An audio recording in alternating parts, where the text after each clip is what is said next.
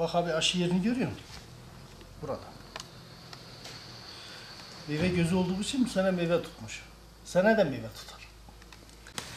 Şimdi bu Temmuz 25'te yapılan göz aşılarımızdır. Göz aşılarımızı 1 ve 2 yaşındaki cevizlere yapıyoruz. Bu uyuyan göz aşısıdır. Bu bekliyor. İlkbaharın tepe sürgünü yaptığımız zaman bura çalışıyor. Burası bir yılda 1,5-2 metre civarında aşı oluyor. Dikildikten sonra zaten birinci yıl meyveye başlıyor.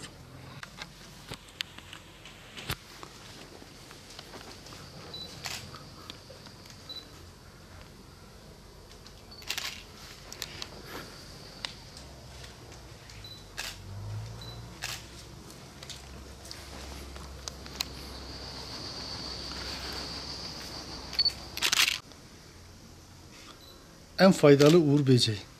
Evet.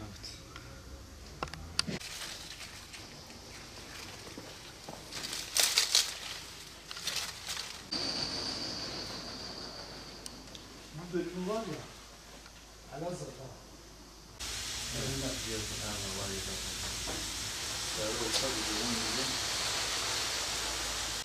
Bir yaşın.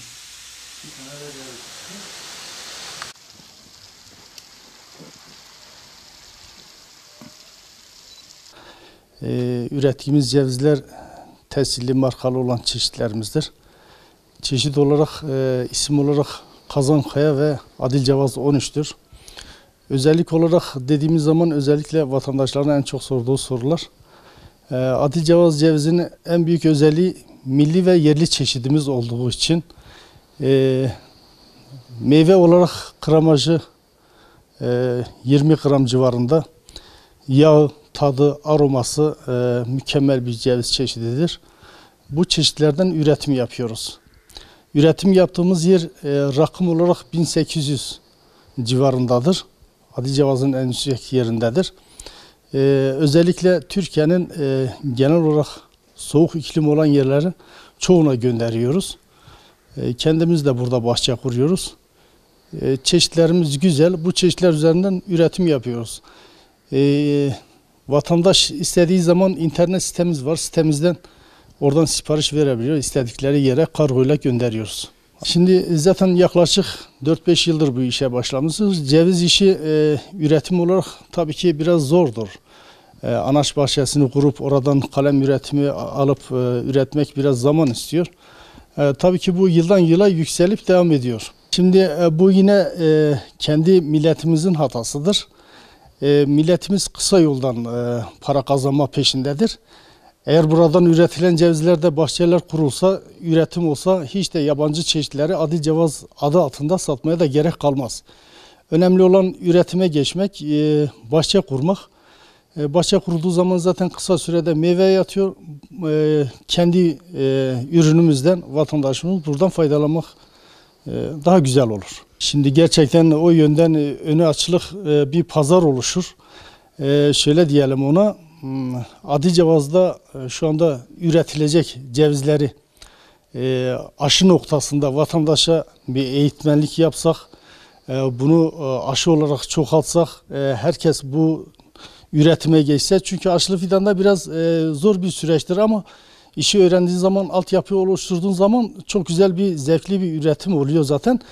Önemli olan bunun öğrenmek, aşısını öğrenmek, altyapısını, çöğürünü yetiştirmek.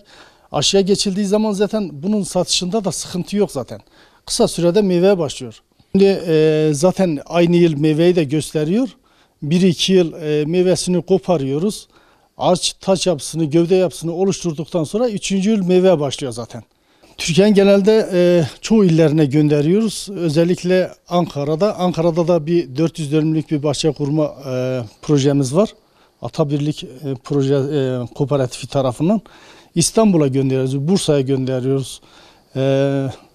Yani Ege bölgesinde Toroslara olan bölgelere gönderiyoruz. Adana, Pozantı tarafına orada bahçe kurmuşuz. Olabilecek yerlere hepsine de gönderiyoruz yani sıkıntı yok. Adilcevaz gerçekten bizim amacımız Adilcevaz'ı bir ceviz sektörüne çevirmek. Adilcevaz'da Yapılacak işler nelerdir? Adıcevaz'da bunun üretiminin önünü aşmak. Çünkü şu anda zaten İl Tarım Müdürümüz fidanımızı alıyor, vatandaşa dağıtıyor. Kapama bahçeleri de kuruyoruz. Tabii ki vatandaşın da bu işe girmesi lazım. Biraz üretimin daha artması lazım ki Türkiye genelinde. Çünkü bu topraklarda ne eksen yetişiyor. Toprak bizde, iklim bizde, hava bizde, su bizde. Ama neticede biz yabancı ceviz tüketiyoruz. Şu anda tüketilen cevizin 10 kilo cevizin dışarıdan 6 kilosu neden gelsin? Ama iklim bizde, toprak bizde, dediğim gibi su bizde. Yeter ki üretelim.